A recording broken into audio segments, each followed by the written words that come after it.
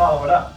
Bryan has been on the road for a long time. The first time we met. Rearing to go. A long time ago. Any other questions for Bryan? How do you balance your career as a doctor, and what are your plans moving forward with politics? Yeah, thank you for that. I'm already part-time. I do a one-day-a-week leukemia clinic at the University of Cincinnati. It's the only way to give an honest effort in this. In a clinic, I can treat one patient at a time. But the crisis in our healthcare system isn't a once a month or once a quarter event. When I'm in an all-day clinic, 3 or 4 patients can't afford their medicine or had insurance decline the chemotherapy they needed. The first month of January each year, when insurance changes and changes coverage, we often have a lot of denials of chemotherapy.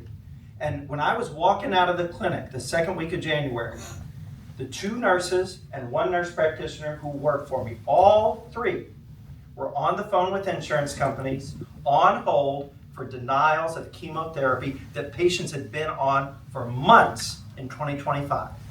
It is not an isolated incident. The Secretary of State, if we win that office and move us to an independent redistricting commission, we would flip 2 to 4 congressional seats, 5 to 6 state Senate seats. The amount of power to make our system better is so much that it's worth it for me to step away. Thank you for that question. Thank you, Alan.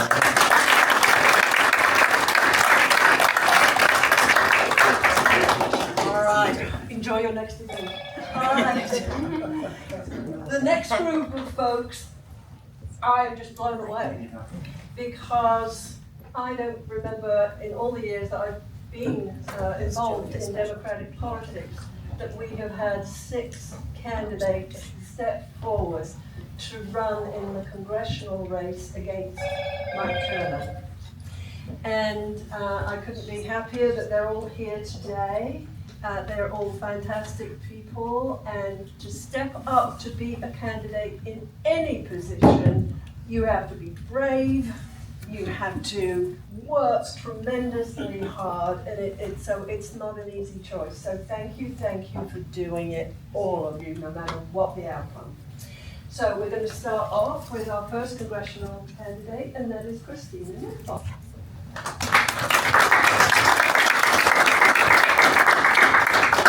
Good afternoon, Oakwood. Thank you so much for making it out today.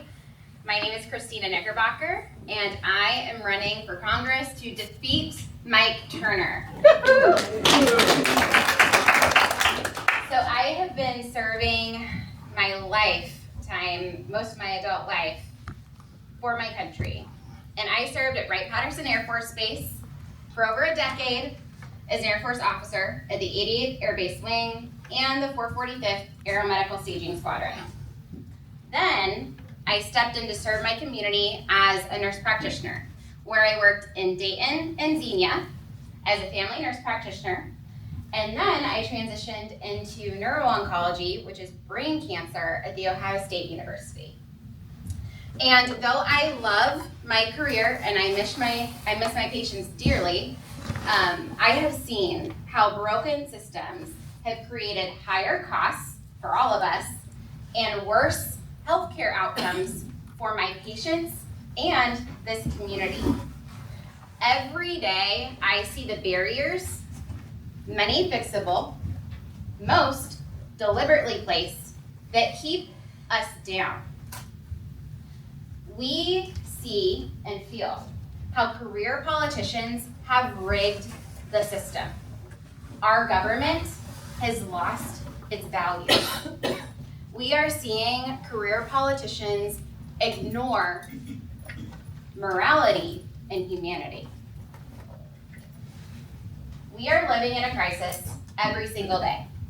An economic crisis, a moral crisis, an international crisis, and a corruption crisis. So I stand here today because I decided to do something about it. I have 2 young children named Jonah and Rhea. And I am here because I do not want them growing up in a country that treats people terribly.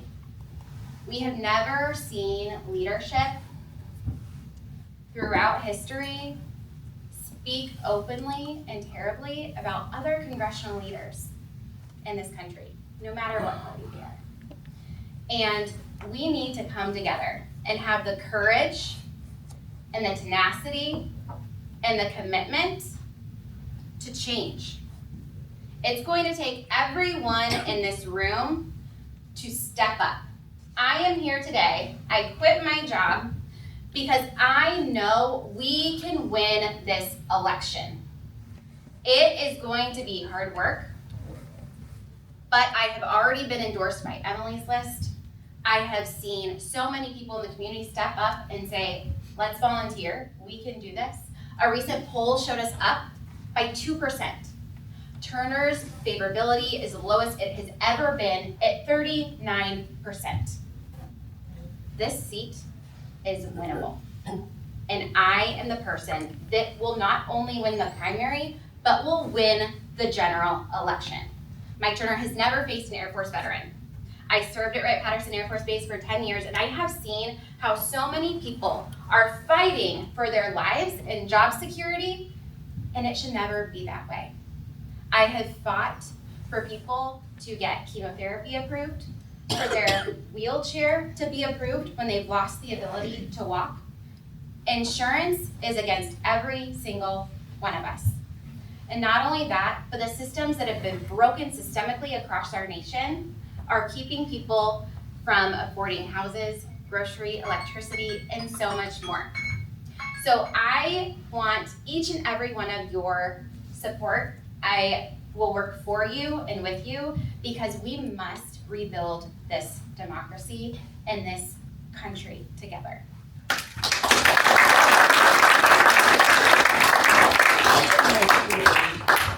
We're not going to take questions for everyone because you hopefully can stay and take some questions afterwards. Our next congressional candidate is Jan Kinner, and this is my first time meeting Jan. Thank you very much. Yeah, my name is Jan Kinner. I'm running for Congress, one of my competitors here. I'm a 31-year veteran of the United States Air Force. I retired as a full colonel. Upon my retirement, I went to work in the private sector for 4 years as a corporate officer, vice president, director type jobs. And from there, I went to work in the public sector, teaching for 14 years, program management, acquisition management, critical thinking, stuff like that, for the acquisition professionals in the Department of Defense. After that, I said, hey, I gotta get a little quality of life into my life here, me and my wife's life. And so I retired from those jobs there, and now I'm a volunteer counselor for the state of Ohio. I do Medicare counseling, Medicaid counseling. We've got some practitioners here that are talking about how they have to worry about caring about their patients. I'm on the other side of that. I'm worried about people getting enrolled in Medicare, going through their Medicare problems, how to get enrolled in Medicaid, how to go through the wickets associated with Medicaid, the Affordable Care Acts and other problems become things. I was just talking to a gentleman last week. He's on the verge of bankruptcy. And medical bankruptcy is the #1 reason, our medical debt is the #1 reason for personal bankruptcies in this country. Okay? We've got to do something about it. I'm a fan for what? Yeah, Medicare for all. I'm a big fan for it. Okay? But that's just about it. I also work at a thrift shop. I do that, and I do a resupply and redistribution of medical supplies across things. Everybody knows about Missing Mike. I don't have to go into it. Okay? No town hall meetings over 20 years, right? But it doesn't return phone calls, doesn't return emails, just doesn't do it. Okay? I walked around all this district here. I talked to people, Germantown, Phillipsburg, Jamestown, seen you everywhere. Okay? And they all say the same thing. Mike does not represent me. He represents his party, wealthy donors, and himself. Right? These people also talked about the cost of living. I was just at the 2nd Street Market getting an earful about the cost of living, utilities, electric, gas prices, of course, because of an undeclared war right now, right, almost up $1.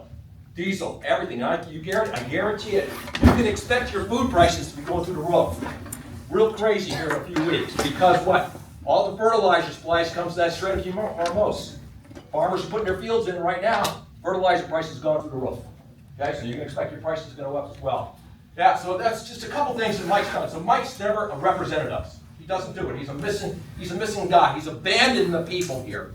Okay, that's what he's done. Now, when one arm of government, the executive branch, can consolidate power without consequence, when they can squelch protest, dissenters, they can do that. When they can ignore the rule of law, when they can have an undeclared war without consequences.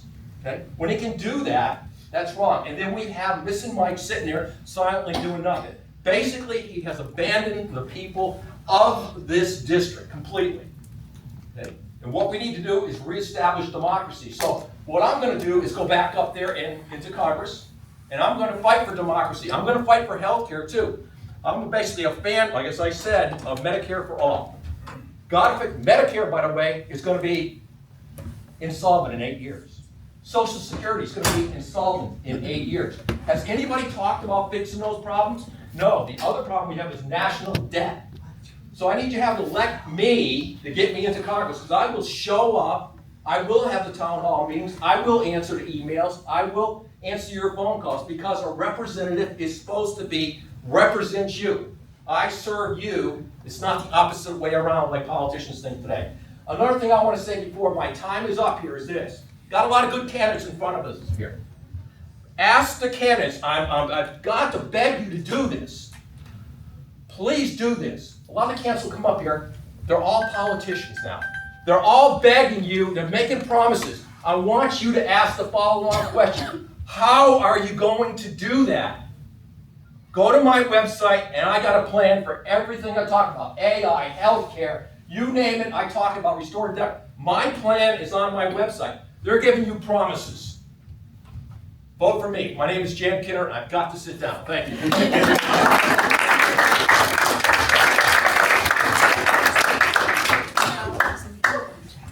All right, our next congressional candidate we have here is Janice BECKETT. I was born and raised here in the district. I went to Vandalia Butler High School. I went to Ohio Northern University, and I went to University of Cincinnati College of Law. I spent 36 years working as a civilian attorney for the Air Force. I was, first 15 years was as a contract attorney. Second 14 was as the Chief of Labor Law for Air Force Materiel Command. Air Force Materiel Command, if you don't know, has 65,000 civilian employees, and 35,000 of them are unionized. So I was the 4-star general's labor attorney for purposes of negotiating with Council 214, which is one of the largest unions in the Department of Defense. And successfully did that for 14 years, advising 8 different 4-star generals. I retired, and well, didn't retire then. I went to the Defense Security Cooperation Agency and worked doing foreign military sales and managing foreign military sales for the Department of Defense. I did legal reviews for, in a year, about 6,000 different contract actions where we're selling weaponry, everything from F-35s to bullets and bandages to foreign countries. I did that job for 6 years and then retired in 2023 and was perfectly happy being retired, but then Donald Trump got elected, and I watched as our democracy kept chipping away at it and chipping away at it, and the Republicans in Congress were sitting on their hands and not doing anything, and I just couldn't believe it. And I think the last straw was Minneapolis, when 2 American citizens get gunned down in the street with, you know, evidence everywhere, and yet nobody does anything. And when you've got the executive who owns both the prosecutors and the investigators, you've got an authoritarian government, and we've got to stop that. I mean, we have to get Mike Turner out of there because he's done nothing to protect his citizens here in this district. And I also would pledge to have town hall meetings. I would meet with people. I will be here. I will spend time here. I'm not a favorite of Washington, D.C. I'm not sure I'd hope to hang around there too often anyway. So I'd much rather be here at home talking to the people who I get along with, who are like me, who really care about what's going on in this country. On the issues, I also would have Medicare for all. I think that's going to help cut costs for everybody. I also believe that we need to raise the minimum wage to $15 an hour, because I believe that a rising tide lifts all boats. I think if middle-class people have money to spend, they will spend it locally, they will support local businesses, and the local area will thrive. And I think the Republicans have just lost total sight of that. They're all about greed, they're all about keeping everything for themselves and hoarding it. When you give tax breaks to billionaires, they don't spend the money, they hoard it, they put it into accounts. They don't help the economy at all. So we definitely need to tax billionaires to their fair share and give their fair share, because I really believe that that will help our economy, it will improve the deficit, it will help the deficit, and it will help people to be more, everything to be more affordable overall. I also believe that our elections are fair and safe, and we don't, and the federal government doesn't need to be meddling in our local elections. They're trying to pass the SAVE Act now, which will penalize married women who have changed their names. So you have to get a passport, which I think is a poll tax, which I think is also illegal and should be challenged if they actually end up passing it. I hope they don't. But Mike Turner voted in favor of that too. And our own state senator, Husted, co-sponsored that bill. So, you know, we can't let the Republicans stay in charge of our systems because all they're doing is chipping away at our rights. Also, as far as immigration, we need a safe, comprehensive, and humane immigration system that's workable, where people can come to this country, apply for citizenship, and get a fair hearing within a reasonable time. We need to hire more immigration judges.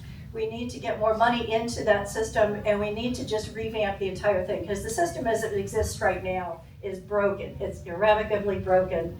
And then when you put ICE in charge, and you put Proud Boys in ICE, you know, beating people up, throwing them on the ground, breaking into their cars, breaking into their houses, that you can't allow. So that would be another thing that I would definitely be in favor of. So, here's I've got an event this Wednesday at the Wandering Griffin Brewery, 5:30. There's flyers for that. Please sign up, please come. You can talk to me as much as you want about anything you want. I will be available. So.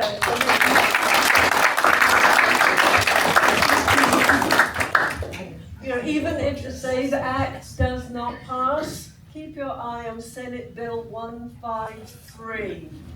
It is our own Ohio's very special version. And if it doesn't pass up in Washington, of course we have the Republicans have that supermajority right here in Ohio, and it will blow your mind. Look up SB 153. It's awful. All right, our next candidate, congressional candidate, is David ESRATI.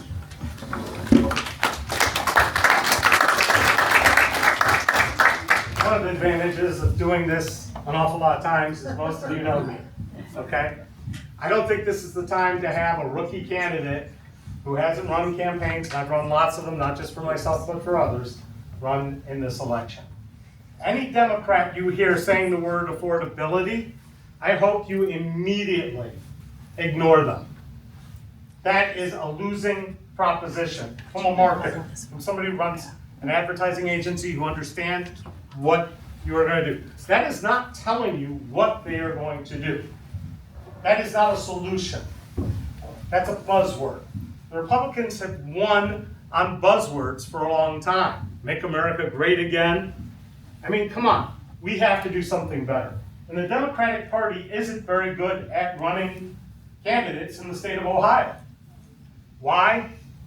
This group is an outcropping, a good one, of the Montgomery County Democratic Party that's not good, of a Greene County Democratic Party that's barely functioning, a Clark County that's not. Hey, when you win the primary and you don't get allowed to speak at the 4th of July picnic, that's not working to elect Democrats. So, Teresa, watch your mouth. There are real things we need to do, okay? You've heard Hawley and Brown and Bernie Sanders say, interest rates at 10%, and the banks and everybody say, no, no, no, right away on credit cards. Can't do that. Oh, it'll. Well, you know something? There's a law in the books already that says credit unions can't charge more than 18%. It's on the books. Just roll that over to Citigroup and all the rest of them, and bingo, we have relief for Americans. It's pretty simple. You don't have politicians who are creative, who have creative ideas. What you have is a lot of lawyers, and frankly, people who are half crazy, because you have to be half crazy to run for office. Okay, I know that. Now, when it comes to actually doing things and having a resume of achievement, you're looking at the only candidate who's been arrested by Mike Turner and beat him, okay? He's the lawyer, I'm not, I was right, he was wrong. I get under his skin. I get under a lot of people's skin. A lot of you don't like me. That's fine. You're not supposed to like me. You're supposed to like somebody who's going to fight for you and do things like try to remove Mike Foley, the felon, from the Montgomery County Clerk of Courts. I'm in the Supreme Court. I'm not a lawyer. I am in the Supreme Court to remove him right now. Your own prosecutor, lifetime down. He didn't do it. I did. We have to have people that are willing to go to Congress to remove Trump and all the traitors that went along with it.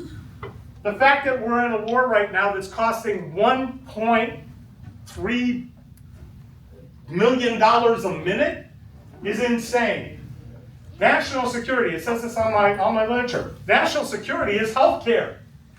It's not more expensive nuclear bombs or faster interceptors that are costing us $1 million a piece to shoot down a $35,000 drone in a war we didn't want or need. In the meantime, he's killing Cuba. People are not tuned in. You can find all my positions and links to my opponents on my site, electEsrati.com. You can find 20 years of exposing corruption in Montgomery County on Esrati.com. I respond, I am available, I know how to do this, and I'm the only person that can beat Mike Turner. Thank you.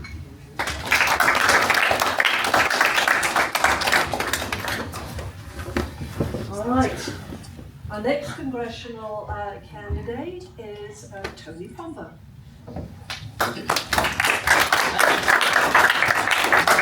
I'm Tony Pombo. It's good to see so many familiar faces here again. I've seen many of you before. I'm good to see you back again. All across this district, the same story plays out every day. Hardworking families doing everything right, cutting corners, working multiple jobs, and still falling behind. One unexpected bill away from losing everything. The American dream just doesn't feel out of reach. For too many neighbors, it feels like it was never meant for them at all. That story deserves a fighter in Washington, and that's why I'm running for Congress. Here's my story. It's a lot like many of yours. I'm the son of a union man who spent 40 years on the Ford assembly line, and he taught me that the workers that built this country deserve to share in its prosperity. I've worked on the Air Force Base as a contractor.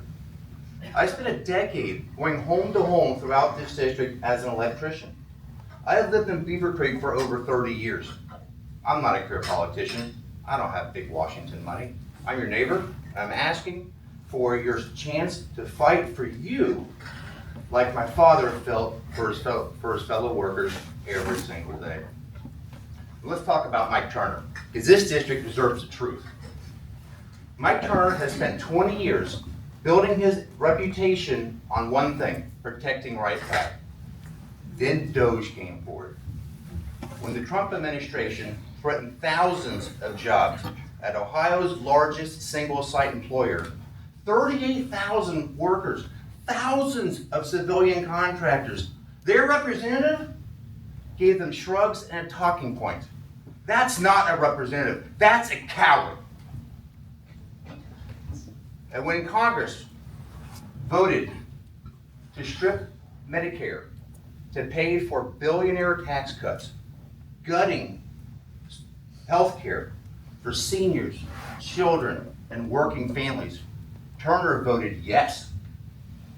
20 years in Washington, and when we needed him most, Turner chose Trump over you every single time.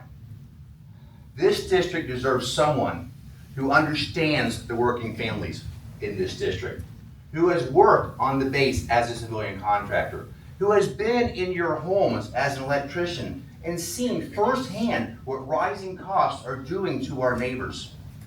Someone who will fight for Wright Pat, defend your health care, protect Social Security, and stand up to any president who comes for what this community has built. I am that man. I'm a fighter, not a follower. I'm Tony Pombo. Thank you.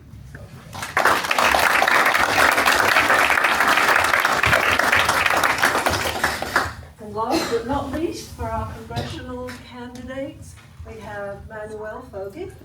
So welcome. Thank you. First and foremost, thank you all for coming out to be with us at 12:41 in the afternoon on a Saturday. We're going to be cutting our grass. It's finally growing. Again, like you said, my name is Manuel Foggie. I was born and raised in the city of Cincinnati. I came up here in 2020 when I met this beautiful lady that I now call my wife. We had 5 children together. They go to the Fairborn Public Schools. I went to the University of Cincinnati for my bachelor's, and I graduated from the University of Cincinnati School of Law in 2024. So, who is Manuel Foggie? I already told you I was a father. Already ran for public office at the age of 19 years old. Fell a little short, but again, I was 19. I didn't know what I knew now. But also I work for the Hampton County Court of Drug Court. That is a court that is designed to help people like you and I who know somebody that was impacted by the use of drugs, that they get treatment instead of punishment. And that's who I'm going to be in Congress. Our vice president and president just ripped funds away from drug treatment programs. The same programs that the vice president's mother used to become sober. It was good enough for his mother, but it's not good enough for you, that they're gonna rip funds away. Well, I wanna put funds back in there. Because like you and I know someone that was affected by drugs, and I'm doing the work right now. And by being that, our court is the only full-time drug court in Ohio. We had to get legislation changed. So what that means, I'm the only candidate up here that know how to change legislation. I'm the only candidate up here that know how to turn an idea into a solution, because I've done it already. We don't need another louder politician. We don't need another retired politician. We need someone that's gonna fight. We need someone that's gonna put a fire up somebody's and finish the race. And that's gonna be me. Because my wife and I, we work extremely hard, but yet we're feeling pressured and struggled and smudged by having 5 children in this economy. It's crazy. That's 4. My other son, he's not in daycare anymore. We have 4 daycare bills. Whew! I hate saying that bill. Not talking about the preschool bill that we have to pay, because I guess 3-year-olds and 4-year-olds cannot go to preschool without having some type of money handed to them. That's unacceptable. That we can't teach our children that's going to grow up and be our doctors, our lawyers, our politicians. But yet our politicians up in Washington don't have an education either. But when I go to Washington, I want to ask one question when I make a decision. Does this help the family sitting around at the kitchen table that's trying to pay their utility bill, that's trying to get gas to go to work if they have a job? Because they're cutting jobs like crazy, but yet we're supposed to make America great again by building jobs, but yet we have a big, beautiful bill that's ripping jobs away from our community. And it's unacceptable. I'm angry. I'm mad. 1963, it was this guy, he had a dream. His name was Dr. Martin Luther King. His dream was about justice and dignity. Right now, working families have a dream as well. And that dream is that if you work hard in America, you can afford utilities, you can afford housing, you can afford groceries, you can afford gas that's $4 a gallon. That's the dream that we have. And that's the fight that I'm gonna take when I go to Washington. Again, May the 5th. It happens to be Cinco de Mayo. My name happens to be Manuel. The calendar already picked me as the winner. I just need you to pick me as well. Again, May the 5th, please vote Manuel Foggie to be the person that challenged Mike Turner in November. Thank you.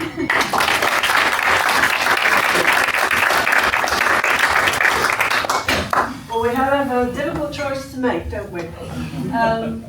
For those of you who live in Oakwood, every one of you will be receiving a letter at your door with, and there are some at the back here, with all of our candidates' websites. So if you live in Oakwood, you're going to get one of these. Make sure that you do your due diligence and look at each of these wonderful candidates and their websites and help educate yourself with that. We're also telling people about the new rules that went into effect yesterday about absentee ballots. So if you are not an Oakwood person, we do have copies of this at the back of the room, and please take one so that you've got that information to hand.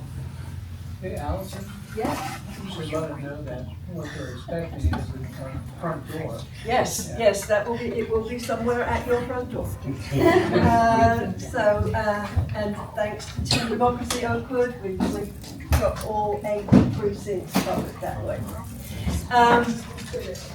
Moving on from our congressional candidates, we have our wonderful County Commissioner, CAROLYN Rice.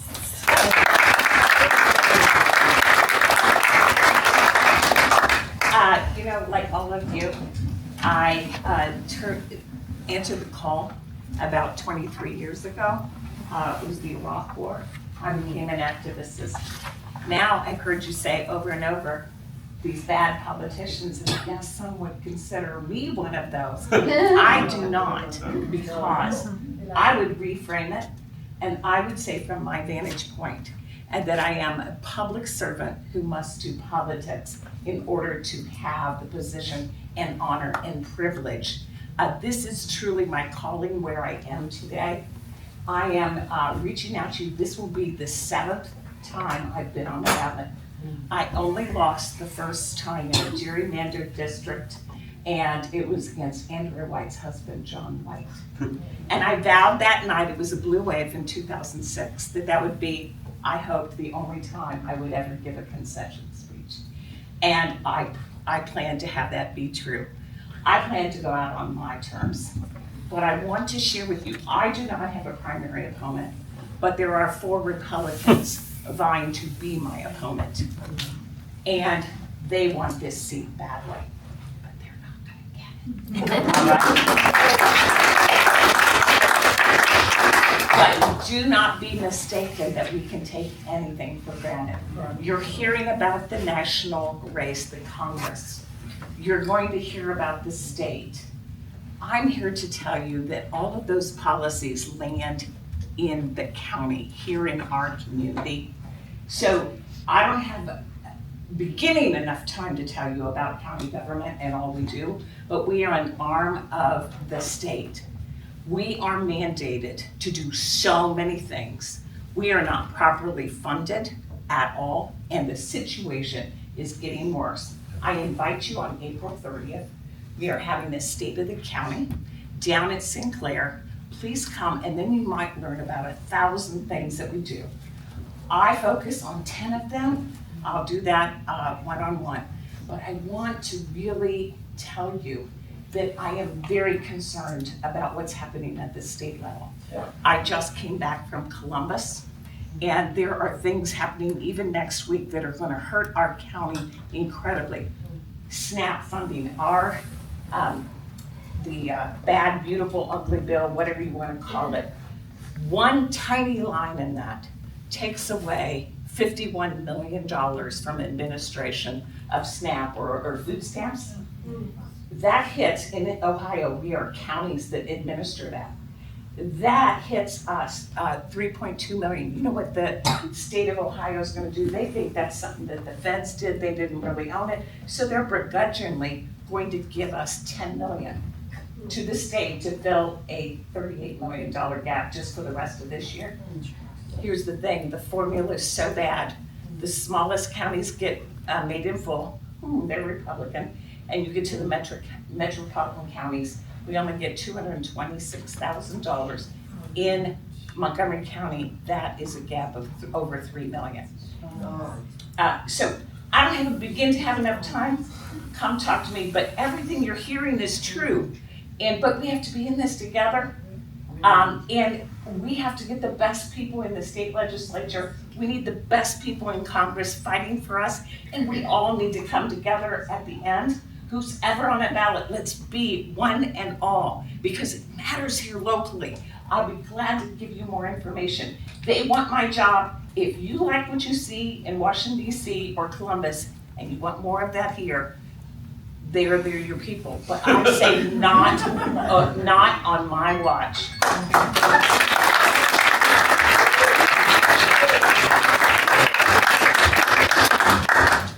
I do recommend going to the event if you can. Tim and I went last year and we were amazed at everything that the county commissioners do. So if you can, I get to be Vanna White.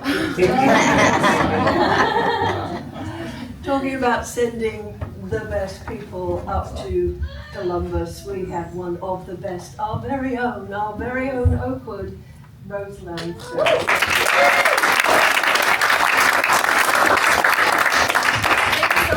I'm Rose Lounsbury, and I am running again for state representative in Ohio's House District 36. 36 includes right where we are, all of Oakwood. It includes Kettering, Riverside, East Dayton, and downtown Dayton. And I'm running again because I ran in 2024. I'm running again because the issues that motivated me to run that first time are still here. In fact, many of them are only getting worse. You've heard from other candidates about those issues. And I'm committed to creating a state that our young people are going to want to live in someday. I am a former public school teacher. I am the daughter of 2 retired public school teachers. Most importantly, I'm a proud mom of 3 kids in public schools. My 16-year-old triplets attend Oakwood High School. They are sophomores this year. Because of my deep connection to public education, protecting our public schools is my top priority when I get to the State House. I am a proud member of the League of Women Voters. I joined the League during the pandemic because I believe that voting rights are the bedrock of our democracy. And like the first candidate who spoke, I am committed to helping create an Ohio where our elections are free, fair, and accessible. My great-grandfather immigrated to the United States, to Southeast Ohio in the early 1900s to work in the coal mines because he believed that Ohio was a place where hardworking people like him could afford a nice life. I still believe that. I believe that if you're working hard, you should be able to afford housing and food and electricity, and God forbid if someone gets cancer, not go bankrupt. That is my vision for Ohio. It's a place with strong schools, it's a place with fair elections, and a place where hardworking people can afford to live. Not a crazy vision, okay? The crazy thing is, people, Republicans like my opponent, are working in Columbus every single day to make sure that it doesn't happen. They're defunding our schools with vouchers. They're diluting our votes with voter suppression and gerrymandering. And they are working to make life unaffordable for everyday Ohioans so that we can't even afford to live. And you know, when I ran the first time, I was up late one night and I Googled this question because it popped in my head. I said, how long have Republicans been in charge in Ohio? And the image that resulted, it was so striking, and my dad was here, the image that resulted was so striking that I had it blown up into a big chart. So what you can see here, please do take a picture because once you see it, you can't unsee it, and your neighbors and your friends, especially the ones on the other side of the aisle, need to see it. For 28 of the last 35 years, Republicans have held a legislative trifecta in our state. That means they've held the governorship, the Senate, and the House. And what, pray tell, have they done with this immense power that they've amassed over the last 3.5 decades? Number one thing they've done is they have cut taxes for the very rich and for large corporations. That means they have cut funding to our schools, parks, libraries, and local governments. What happens to all of us, the property owners, the rent payers, when our schools, parks, libraries, and local governments get less funding from the state? They come to us, right, with another property tax levy. In Ohio, we're paying the 8th highest property taxes in the nation. And that's because Republicans, like my opponent, do not really care about creating policies that help people. They care about staying in power. They care about protecting this. And so what are we going to do about it? Well, I will tell you what we're going to do. We're going to vote them out. And we have an excellent opportunity. We have an excellent opportunity to do that right here in this district this year. I am running in the top most competitive seat in the entire Ohio House out of 99 races happening this year. This is the most competitive, and Democrats can win it. Sherrod Brown won this district in 2024 by 8 points. Kamala won this district by 1 point. My favorite stat, in 2020, Joe Biden won the district by 1 literal vote. I think that was mine. I'm sure. You are so welcome for that. So we can win, but I can't do it alone.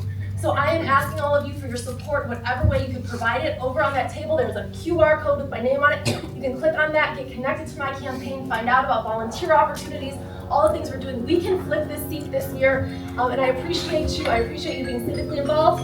I'm Rose Lounsbury. I look forward to representing you.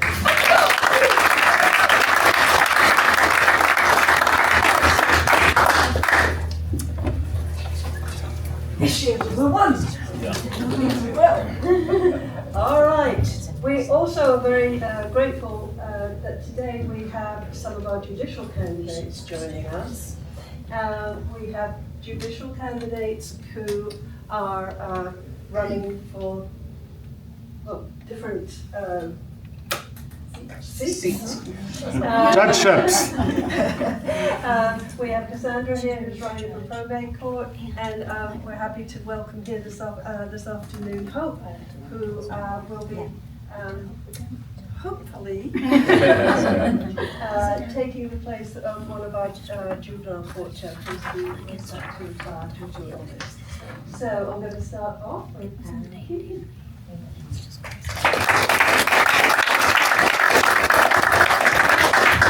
Great. Thank you so much, Allison, and everyone for being here. Coming to these is so exciting to see how engaged everyone is in this election. I'm Ann Keeton, and I am running for Montgomery County Common Pleas Court. I live in Kettering. My husband and I will be celebrating our 25th anniversary this year, and Mark and I have two boys, James and John. James is a first year in college right now, and John is a junior at Kettering Fairmont. He is currently, hopefully, on his way home from a robotics competition. Fingers crossed, all I got was robot work. So, who knows? But I'm running for judge because I care about our community and I care about our legal community. I have practiced law for the past 23 years. I'm a partner with Bruns, Connell, Vollmer, and Armstrong. And I've represented individuals and small businesses, families, and national corporations in courts throughout the state of Ohio. And one thing that has taught me is how important it is that we have excellent judges. And I think we are all seeing that lately because the judges are the forgotten branch of the government, okay? But we are here, and by the way, we will be at the end of your ballot. So build up your endurance, walk your steps. On November 3rd, make sure you get all the way to the end of the ballot. But here's the thing. It is so important, particularly in my race, experience is important. Because we need judges who have the experience to do the real and hard and serious work of the court. Like I said, I've practiced law for 23 years, and I'm a trial attorney and a litigator. And one of the things that those of us who are kids know, or just we as humans know, the more you do something, the more you practice it, it is the practice of law for a reason, the more you practice it and invest yourself in it and devote your time and energy and effort to it, the better you get at it. And the better you can serve your clients, and the better you can serve your legal community, and the better you can serve your community. I have the highest ranking possible for attorneys. It's an AV rating, and it's a peer-reviewed rating. And I think that my friends and colleagues in the bar would tell you that they trust me and have entrusted me in leadership in the bar and in our legal community. I've served as president of our local intercourt and also president, most recently, of the Dayton Bar Association. So my colleagues see it, and I hope you will see it too, how much I love the law. I'm passionate about the law. I once heard someone call themselves a law nerd, and I thought that's a kindred spirit, and I am too a law nerd. I love the law, I'm passionate about the law, and I'm passionate about the law being applied consistently. And that's true in the civil realm and in the criminal realm, consistently, fairly, and impartially. And in my practice throughout the state, I've seen lots of disparate judges. And I know just how important it is, too, that we have judges who treat people with dignity and respect. I was at a hearing recently, and someone got a da-da-da-da-da-da-da from the bench, and I thought, do we want that to be someone's experience? Because when people come to the court, they're vulnerable, right? It is a scary place to be. It's very formidable, it's very frightening. So we need judges who will recognize their role as a judge for the community, and it's not to be a judge, it's to be a servant. And I will be that candidate, and am that candidate from Montgomery County Common Pleas Court. You're going to hear a lot from various judges, judicial candidates today. We are all running for different seats, but again, I want to emphasize to you, we are at the end of your ballot, okay? So we are all the way at the end of your ballot. Make sure you keep going, and I hope you'll vote for me, Ann Keeton, from Montgomery County Common Pleas Court on November 3rd.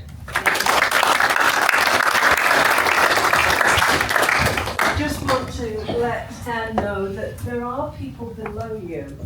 Me.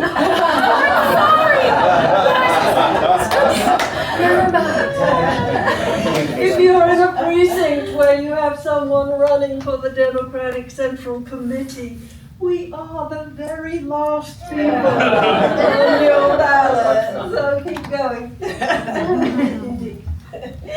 So yes, so you will probably see that. Our next judicial candidate is Kelly Madsey.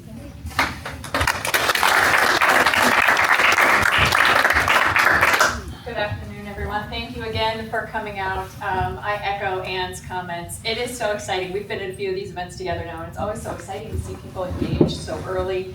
I think as Democrats, it's not hard to get excited and see the energy that's coming into some of these political battles that we'll see play out in May and in November. I am again running for Common Pleas Court Judge, one of your general division seats. I have lived here in Montgomery County, Ohio for a little over 20 years now. My husband and I live down in Centerville, Washington Township area with our 3 kids. They are 14, 10, and 5. So again, we are very committed to seeing all of the people dedicated to keeping Montgomery County great and Ohio great. I have been a prosecuting attorney. I've been an attorney for a little over 20 years. I've been a prosecuting attorney with the Montgomery County Prosecutor's Office for going on 18 years. It'll be 18 years in May. I became a prosecutor because I was drawn to the service of advocating for victims, advocating for people who were dragged into a system that they never asked to be a part of, and that can be very unforgiving. And having a steady hand, willing to do the work and willing to put in the time to understand their case, try their case, present it to a jury, and give them their day to seek justice for whatever has happened to them, whether it be their credit card was stolen and their identity was messed up and all of the difficulties and complications that can come from that, all the way to the kind of cases I do now, which is prosecute homicide cases. I am in juries. I was in a jury trial earlier this week with a family who had lost their brother, their son, their nephew to gun violence, and advocating for their right to have someone held accountable for what happened to them. But I have stayed a prosecutor for 18 years because along the way of advocating for victims, I also became very aware of how important it was to have somebody with a conscientious eye and understanding that it is not just a police report in front of me, that these are people. Not only are they victims, but understanding the impact that my charging decisions, my plea negotiation decisions, my case handling has on the defendant who is charged. Taking from that the role that a judge plays in that very powerful process, and understanding that the victims who come before you, the defendants who come before you, are humans, are people. They are not just a police report, they're not just on either sides of an advocacy team. And understanding the treatment that they deserve, that the witnesses who come before you into the courtroom deserve, to, as Ann said, the attorneys who are there trying to do, on most days, their very best work, who are there trying to advocate for people who can't advocate for themselves in most cases, and the very real impact that judges can have on a case, from the very basic and responsible management of their courtroom to the treatment that they give everybody who comes before them. I have been in public service my entire career. I started in appellate work, and I have served in many different roles throughout my time with the Montgomery County Prosecutor's Office. I have seen how important that role is as a judicial piece of that puzzle that people come into, never because they're excited to be in front of a judge in Montgomery County Common Pleas Court. Something has happened. And so that role is very important to me. I would be honored to have your vote on November 3rd to bring that integrity, that compassion, and that experience, understanding the various roles that are coming into that courtroom on November 3rd. I'm Kelly Madzey. You can read more about my career and everything I've done at votemadzey.com. Thank you.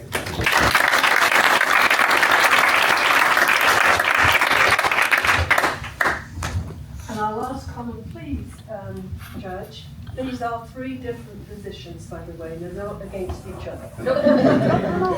So, That's why Kelly was saying in November, because she doesn't have a primary opponent.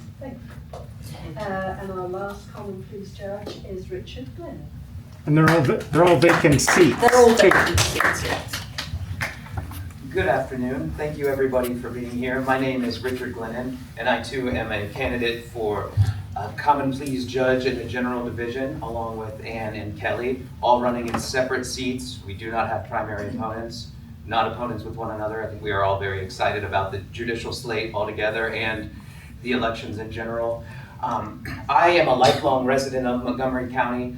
I was born and raised, I was born in Miami Valley Hospital. I was raised in Washington Township, lifelong product of Centerville City Schools. I graduated from there in 2004. My parents still live in Washington Township. I now live on Coolidge Drive in Oakwood. I just walked over here across the street. Extremely, so I am very much a part of this community. Like I said, I've been a lifelong resident of Montgomery County.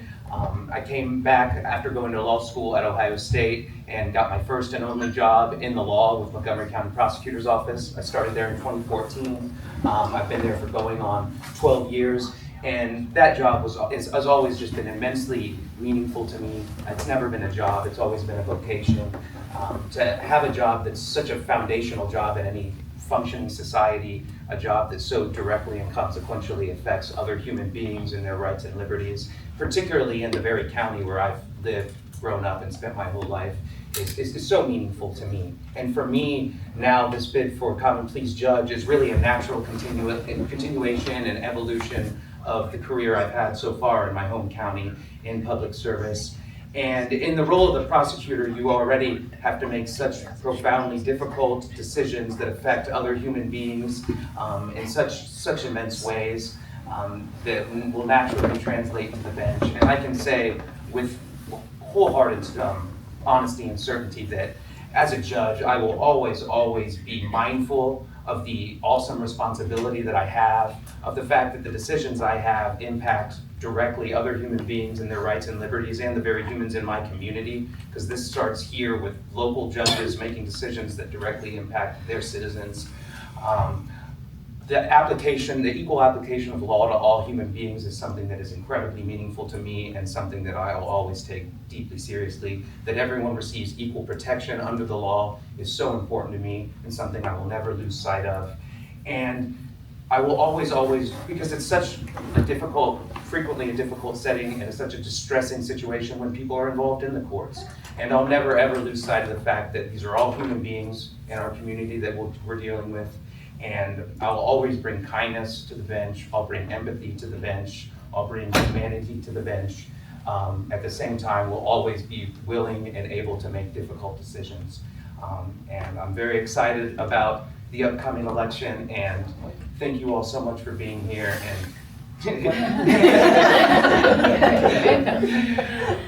But I'm very excited about the upcoming election. Thank you all so much for being here, and I'm deeply, deeply grateful for everybody's support.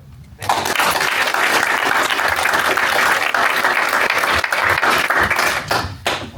Our last judicial, well, not really our last judicial candidate, but our next judicial candidate has a slightly different job ahead of her because she is running against a sitting judge, which is not common in this county, but I am incredibly impressed with CassAndra. This takes a lot of guts.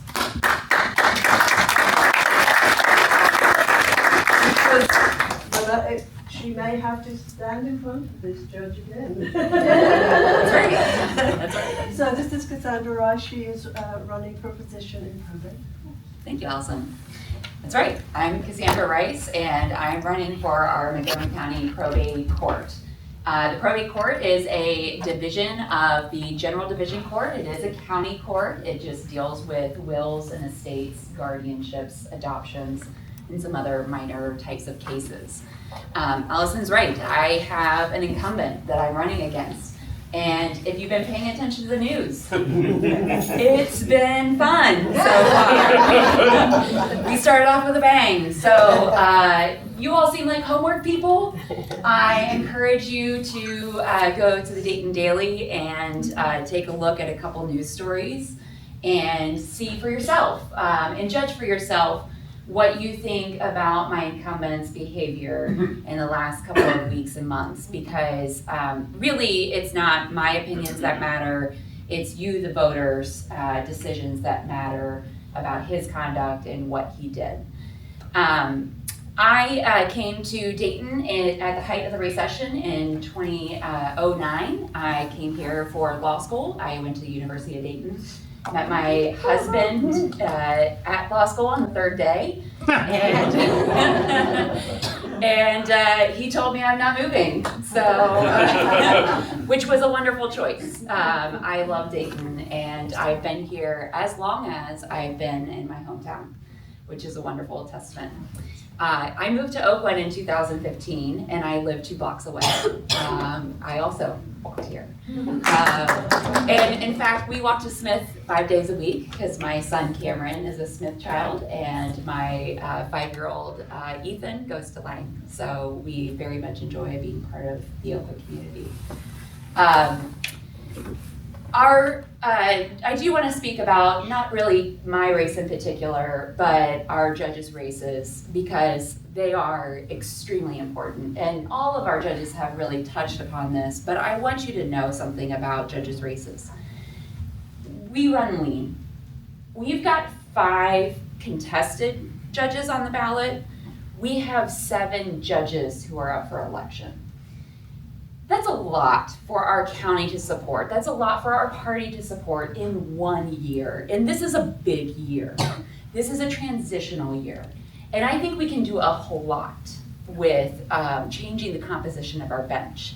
The fact that we have 5 races that are up for election this year that could really change the composition of our bench this year is important.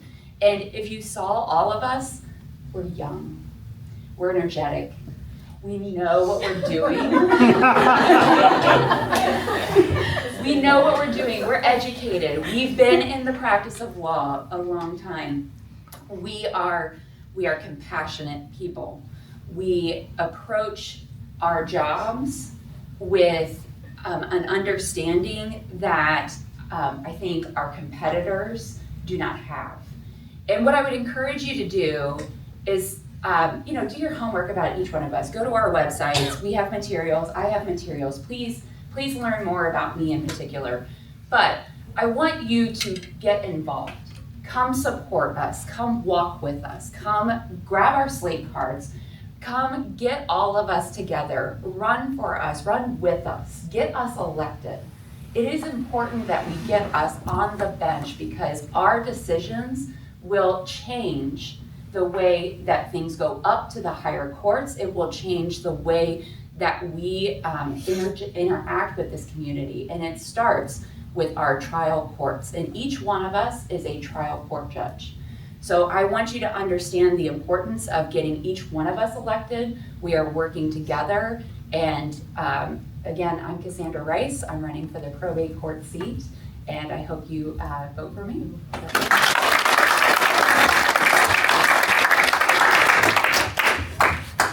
Cassandra lives just around the corner from me at one of the best Christmas displays in the whole hotel. People go travel far and wide to see it. Hope, I've just been introduced today to Hope. We have a local position in the juvenile court, and I believe the Democratic Party has the ability to appoint someone to take over from our judge, right? No. The governor. We don't have that. Governor does. Governor. Oh, the governor has. And he takes his time. Oh, okay. So, Hope, would you like to come up and tell us a little bit about what it is that you are running up against? Okay. Thank you so much, Alex. So I'm going to keep it very short and sweet because I know that the other candidates really want to talk with you guys. And although the Backstreet Boys are my favorite, I'm the new kid on the block. My name just got on the ballot on March 17th. So what happened is Judge Julie Bruns has medically retired. As a result, there's a vacancy in Montgomery County Juvenile Court. the Montgomery County Democratic Party has nominated me as the candidate because Judge Bruns retired after petitions can be pulled. At this point in time, I do not have anyone I'm running against, but I do believe that Governor DeWine is going to appoint somebody to take Judge Bruns's spot until the November election. For those of you who don't know me, my name is Hope Smalls, and for the past 6.5 years, I've served as a magistrate for Montgomery County Juvenile Court. In Montgomery County Juvenile Court, everybody thinks delinquency is the only cases that the juvenile court hears. We don't. I don't want to say in charge, but I preside over private custody cases as well as the family treatment court program. There's also the abuse, neglect, and dependency cases, and then, of course, the delinquency. Oftentimes, for the family treatment court, and I've been in charge of the family treatment court for 6.5 years. The purpose of the family treatment court is to ensure that parents that have substance abuse issues get the services and treatment necessary so that they can reunify with their kids. Family treatment court, are you okay? We're down to 5. Family treatment. Oh, it's okay, guys. It's fine. I'm the short last person. But this is what I will say. Family treatment court is my favorite part of my job. This is an opportunity where individuals walk into my courtroom that are walking and living a life that seems hopeless. I live up to my name, Magistrate Hope. I want to make sure that when they walk into the courtroom, they're not only seen, they're heard, and they're lifted. I would love to talk to you more about the family treatment court. I know other candidates want to talk. I'm new, but thank you.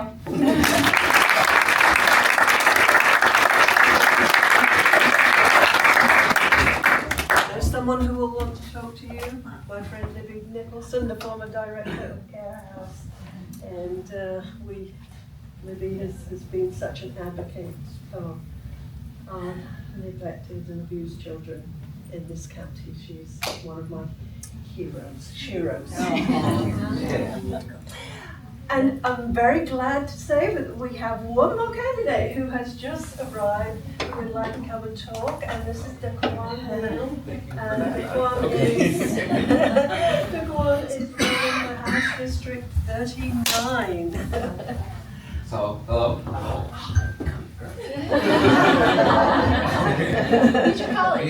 Yeah, I know, right? So hello everyone. I did not think I was going to get an opportunity to introduce myself, but I really appreciate the opportunity. My name is DAQUAN. I'm running for House District 39. So we do have a primary coming up. It's going to be really exciting for us to be able to come out and show you guys that you have candidates vying for your support, getting exchange these ideas.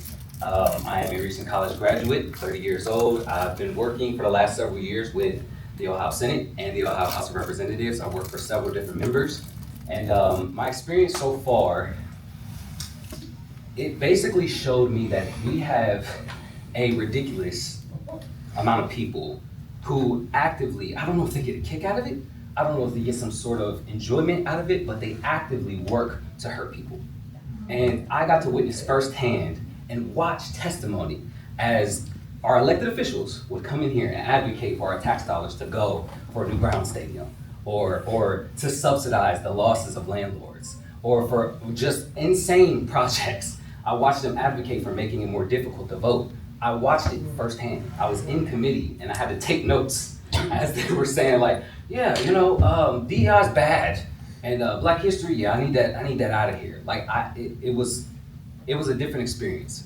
And one of the things that motivated me and inspired me to run was because I am very active. I'm very energized, like a lot of you guys in this room. I like to have my feet on the ground. I like to get out there. I want to do something. As a staffer in the House of Representatives, you are stifled. You cannot do something that they feel may make the House look bad, or may make your member look bad, or may disagree slightly with what they do, but I don't care. Because I understood that when I was at the State House, there were people outside protesting because we don't have any kings, and we will not have no kings. I want to go talk with them. I want to go sit with them. Like, that's all. I want to make sure that we go out there and we say, hey, listen, we hear you guys. We're right across the street. Let's talk.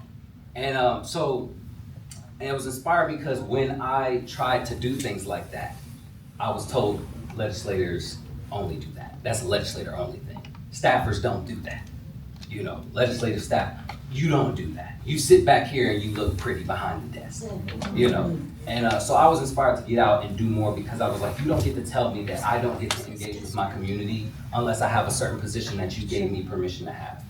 That's not something I'm okay with. I'm not comfortable with that. So I really appreciate you guys. I hope that you guys will, you know, keep up with what we have going on. I run an unapologetically progressive campaign. I'm a universal health care kind of guy. I'm a universal free school lunch kind of guy. I'm a stronger unions kind of guy. I'm a workers' protections kind of guy. I'm about that life. Like, I really am about it. So if you guys feel anything like I do, and you're energized like I am, and you're ready to get out here and make some noise, let's go get into some good trouble. I appreciate it.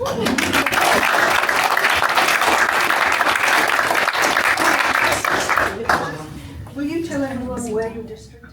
Yes, District 39, some of the areas I have, Huber Heights, Vandalia, Englewood, Clayton, Fort McKinley. Those are some of like the more prominent areas. So that if you live in any of those areas, you're likely within my district. I know some of you guys don't have that, but if you know people who are in that district, like I said, this is my neighborhood, you're right across the street, it's my community, I don't care, all of Dayton is my home and these are my people. So whether you're across the street, whether you're across town, I wanna come talk to you. So, all right. I'm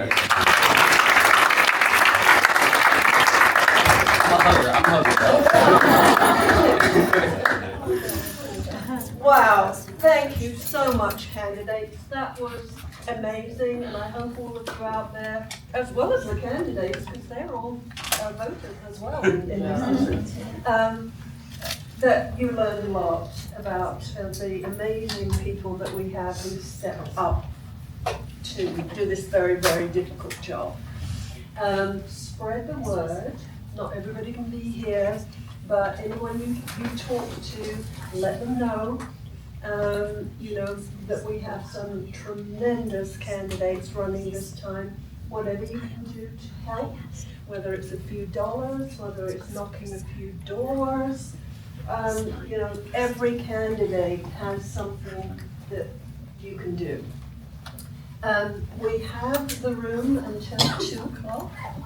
And so you're very welcome to come talk to the candidates individually, ask them any questions you may have, or say, yes, I will volunteer. We do have some lit up against the wall there, some a few yard signs, which will be becoming more available as time goes on. And Carol, do you have something? If you live in Oakwood and we haven't already twisted your arm, if you're willing to drop the letters that we were just talking about earlier at Democrats' doors, and we don't have your name and number for specifically doing that, come talk to me. Yeah, I'm just like so blessed because we don't have enough precinct captains. Some of us have taken on 2 precincts, which could be up to 300 doors long and 22 miles away. And so my precinct and my next door precinct that I've adopted, I have 8 volunteers in both of those precincts who stepped forward. And boy, what a difference. You know, nobody had more than 20 houses, often less than that. And I've made sure that they were really just right around where they lived. Most of us in our 70s, and not walk that far anymore. But it just has made a world of difference in being able to get that literature out there. And even if you live in Kettering or anywhere else, see what you can do for your precinct captain if you have one. Because it just really, I feel so relieved to be able to have these fine folks help me.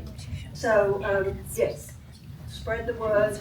We've got these team democracies all through the South, and do what you can for all of these great people.